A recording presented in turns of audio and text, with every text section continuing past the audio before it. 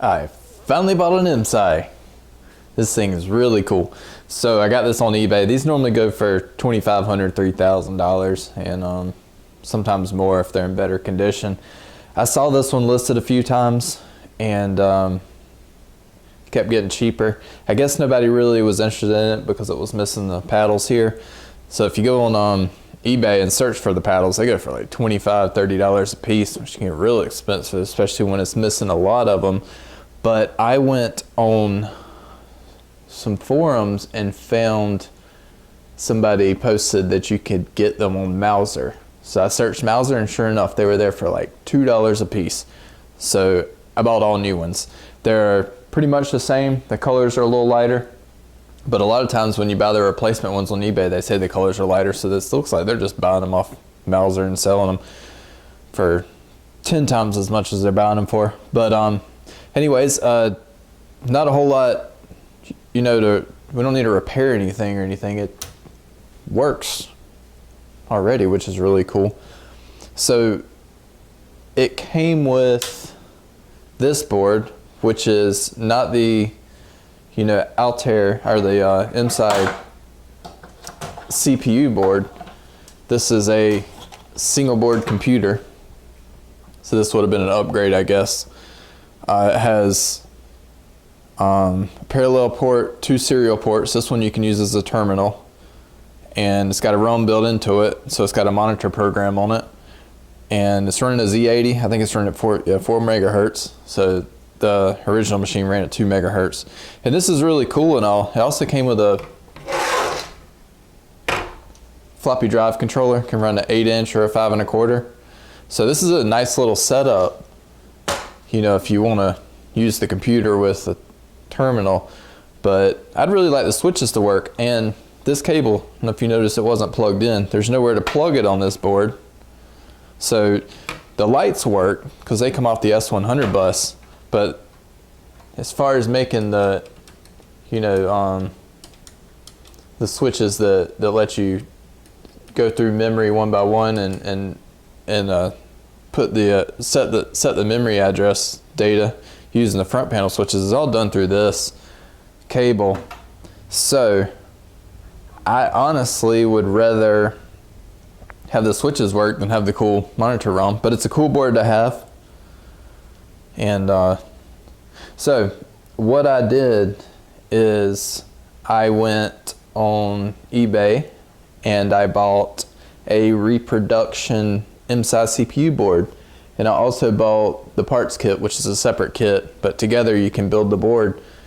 And so I'm gonna put that together, and that'll make the front panel work. Of course, we have no RAM in here, but and you can use this as not the master board. You can set it up to be like a slave board, but I think you can only map it into memory that you can't access with the front panel here, so we probably can't use it that way.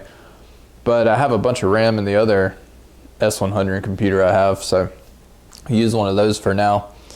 But yeah, so I think one of those RAM boards, if we build the CPU board, I think we'll kind of have a working Imsai. So there's a lot I need to clean up on here. I want to take at least the glass off and clean behind it. I want to see if the new switches fit. They look like they're pretty much the same thing, but so that's cool. I do have a top cover for it. Everything's good. It's got a little bit of paint splatter on it, so I have to see if we can get that cleaned up. Yeah, so I did hook this to the computer. I'll show you that in a minute. And I didn't have a cable to go from this to the DB25. So I bought this on eBay. It's just a generic, you know, IDC 26 to DB25. It wasn't wired correctly for this board because it was actually pin 1 to pin 1, pin 2 to pin 2, pin 3 to pin 3. But this one's wired differently. So DB25s are like 1, 2, 3, 4, 5, 6, 7, and then it's like 14, 15, 16, 17, 18. So it goes like that way and then like that way. Whereas IDCs go 1, 2, 3, 4, 5, 6, 7, 8, 9, 10, like that. But they actually, for this board, wanted it wired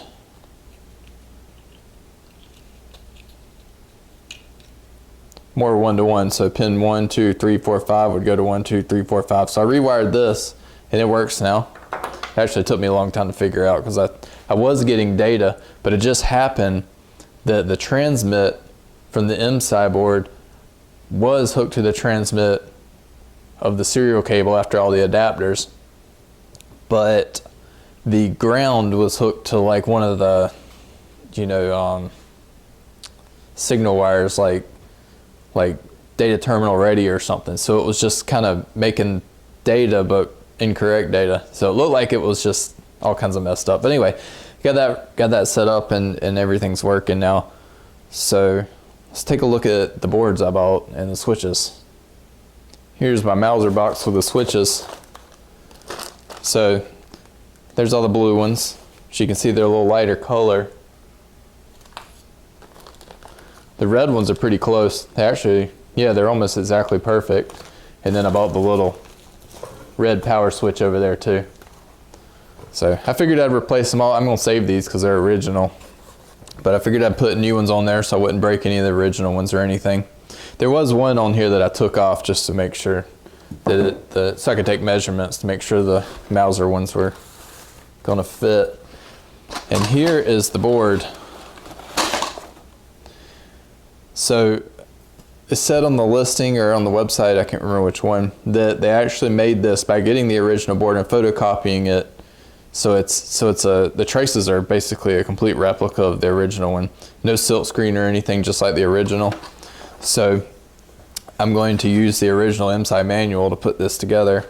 And then I bought a parts kit. Came with everything, all the chips and everything. It even came with the 8080A, so this will be running at 2 megahertz. So I got a lot of things to do here. I guess before I start taking it apart, why don't we hook the terminal computer to it? Get my computer running a terminal simulator so we can see what it does. So I think I have everything hooked up. I'm going to use putty, if I can find it, right there. I played with a lot of settings to get everything working, but I think that now everything is working. I'm pretty much back to default putty settings. So by default it's 9600 baud rate. You can change that. 8 bits, 1 stop bit, and just kind of normal setup. Okay, so when we cut it on, it says SD Systems SBC 300 monitor version 2.0, and there's like 10 commands. Some of them are so you can get data from a floppy drive, which we have the floppy controller, but I don't actually have a floppy drive. We talked about that in the last video on the other S100 computer, so I'll have to get a hold of one of those or something. But we can look at RAM. I don't know where the memory's mapped in there. Like I said, I'm not super interested in this setup at the moment, so I'll have to look at that later. But I think G is a command to view memory. So you put your memory location range you're interested in. Okay, so it's not D, it's G. Here's the manual. It's the list of commands. You know, you can view a range, you can set memory in an address, you can read memory in an address, you can jump to run a program, and there's a lot of other things. Typical stuff that monitor programs have. I'll put that on the screen in a better picture so you can see it.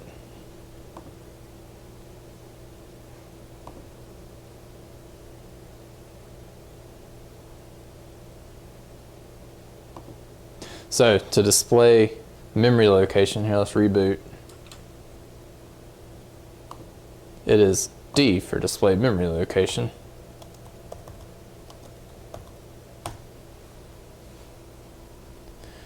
And that's what's in that location. I don't know if that's really reading real data or if that's just a random RAM location. But yeah, so it seems to be working. So here's all the parts laid out. It came with sockets for all the chips, which is really nice. It even has a cool red one for where the front panel plugs in. I think that's how it originally was. Everything's labeled. It's got a nice big ceramic capacitors, and it's even got some tantalum capacitors to kind of keep it looking like the original. So I'm gonna go ahead and put this together, and we'll stick it in the machine and see how it does.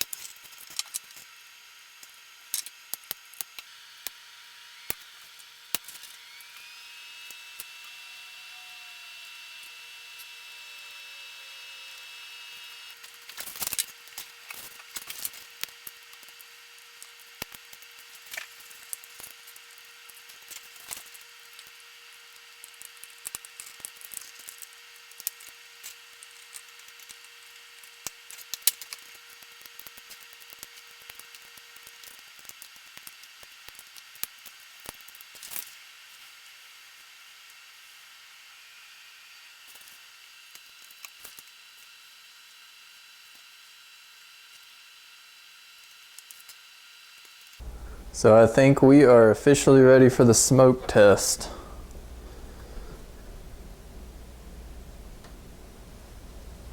And we saw lights on the front panel, and they seemed to be doing what they were supposed to do, but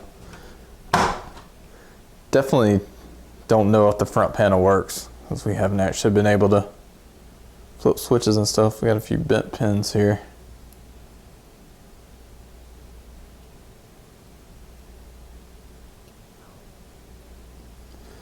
Alright, let's see if we can get it plugged into this red connector. Okay, so here we go. Well, it's running or something. So let's stop. Stop's not doing anything. Reset did something.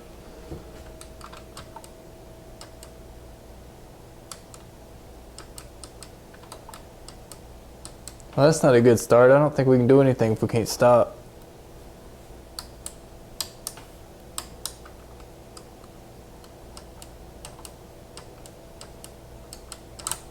Well, I guess we're going to have to troubleshoot that now. Looks like the board's doing stuff though. So that's a good start. Looking down the front here, you can see some of these chips look pretty crusty. So I think we need to pull this front panel apart, which we got to do anyway. So I want to replace the switches and clean everything up. But at least the board didn't blow up. So that's a good start. So it looks like the address is just going all the way to the end and starting over and over. So you can see the highest bit is flashing slow, and then they get faster and faster as it goes. We got no data, and I know those lights work, so I guess that makes sense. We have no RAM, and the status lights seem right. Output light should all be off.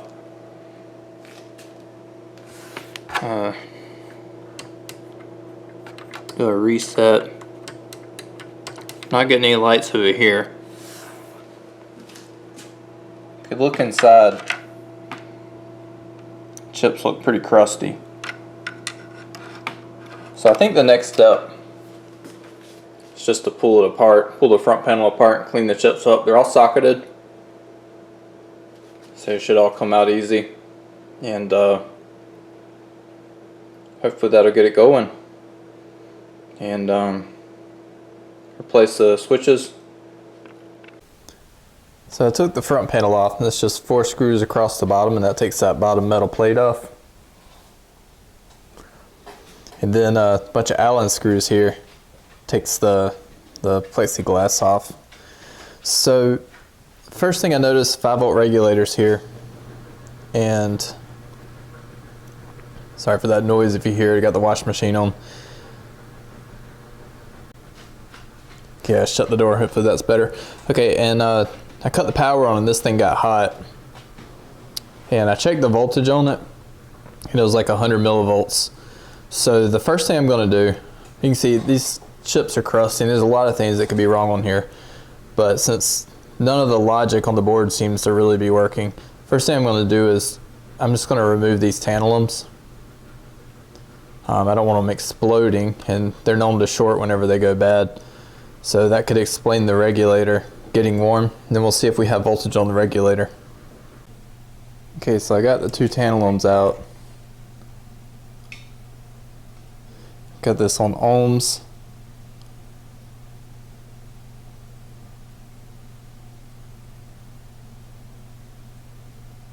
That one's showing open. This one,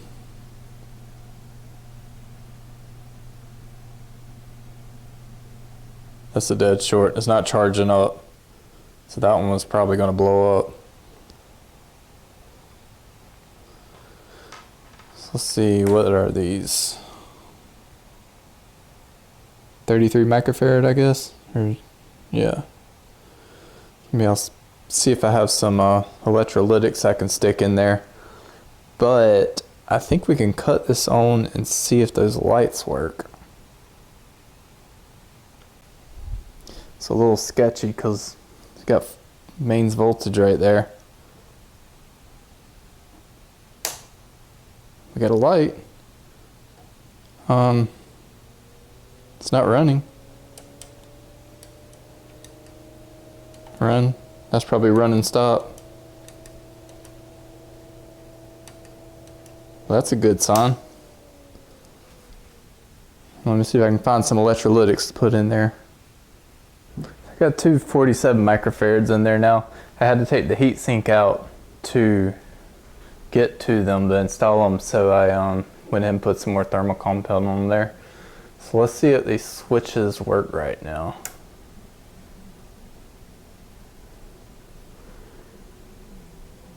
Okay, so this is run. Looks like that works. Stop. Reset. So now we're at address 0. We should be able to single step.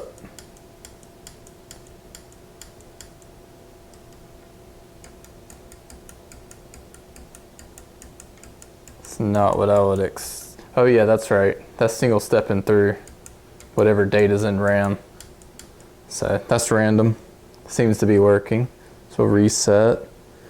Now let's do examine. So examine's up on this switch, but I think you toggle it down to do it.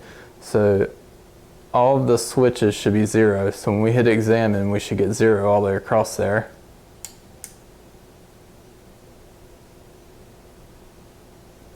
Got a 1. So examine next. Actually, I think that's examine. So examine next. So let's see, maybe these need to be down. Okay.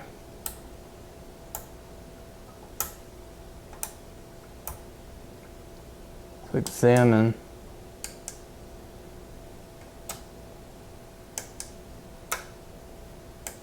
So either that switch isn't working or there's something wrong that's connected to it. So let's see if all these other ones work.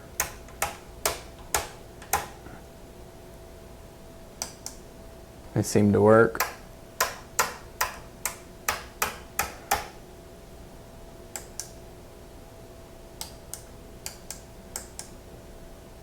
Get a little intermittent.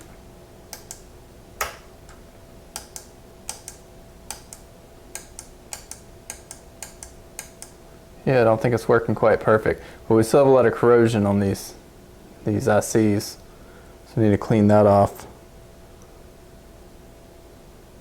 See, let's deposit.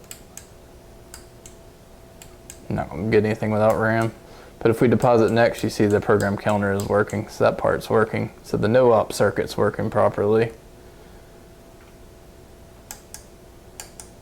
You know what? I want to get these switches on here. These switches, and before I do that, I want to kind of clean this up a little bit. So let me clean this a little bit, and we'll put these paddles on here so we can make sure things are doing what they're supposed to be doing. Because I'm over here looking at the front panel and it seems backwards to me.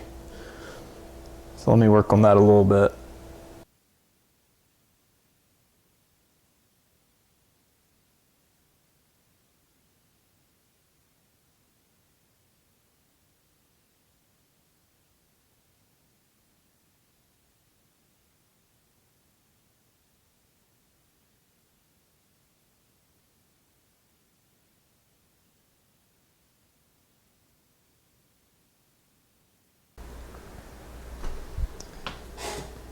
Okay, I put the cover on a little bit, this front panel, just so we can kind of see what we're doing. I replaced the switches. I was going to film a little more, but I had to get down in there and really look at it. When I was pulling them off, it was bending the tabs out a little bit, and then they weren't going on there good, so I had to bend them back straight. And also, these are lined up really nice, and these are a little off, and these are lined up nice. I think that, you know, these were all broken because they got hit or something there, and it bent up all the brackets. But they're staying on there good, and they're working really good. So these $2 switches do work. So let's cut it on and see what it's doing. I stuck a RAM card in there from my other machine, and it's just mapped to the lower end of memory. It's a 16K card. Okay, so let's reset. We can run. Run's working, looks like. We can stop, and we're getting our lights. Reset. External clear, I don't think that'll do anything with this setup. Single step appears to be working.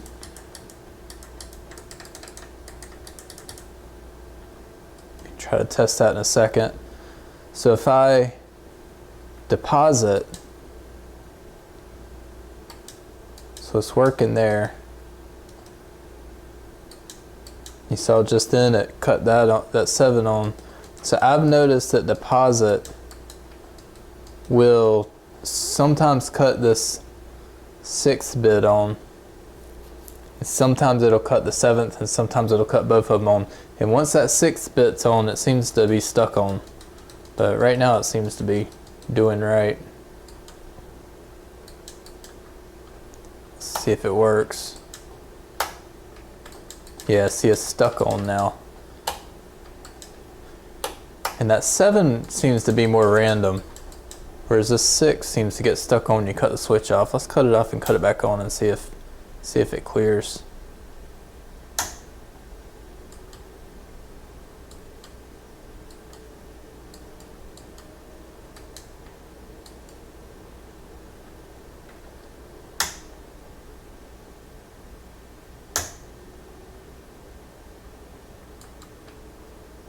So we'll deposit.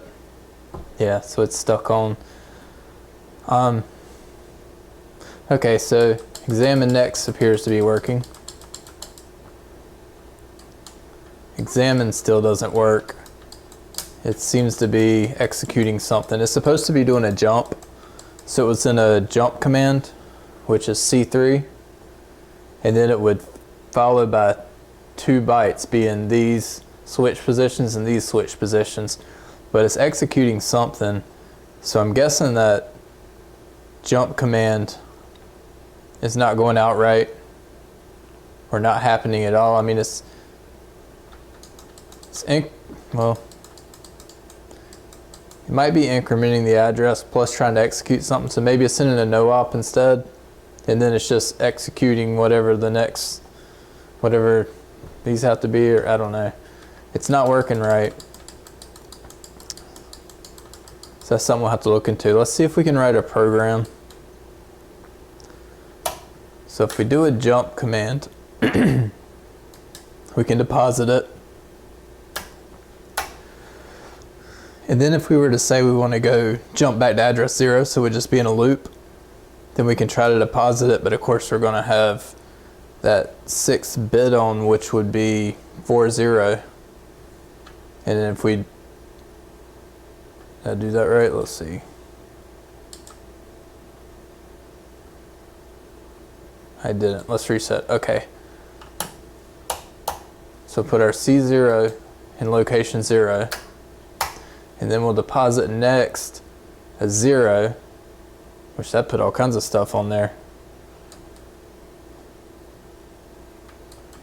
Let's see what that did.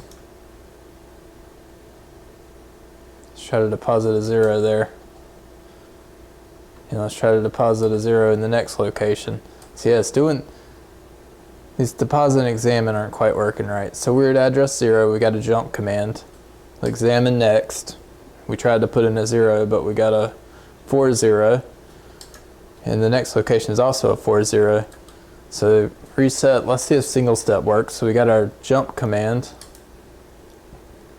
And then it's going to tell it to go, this is going to be 1/2 of the address, and that's the other half of the address.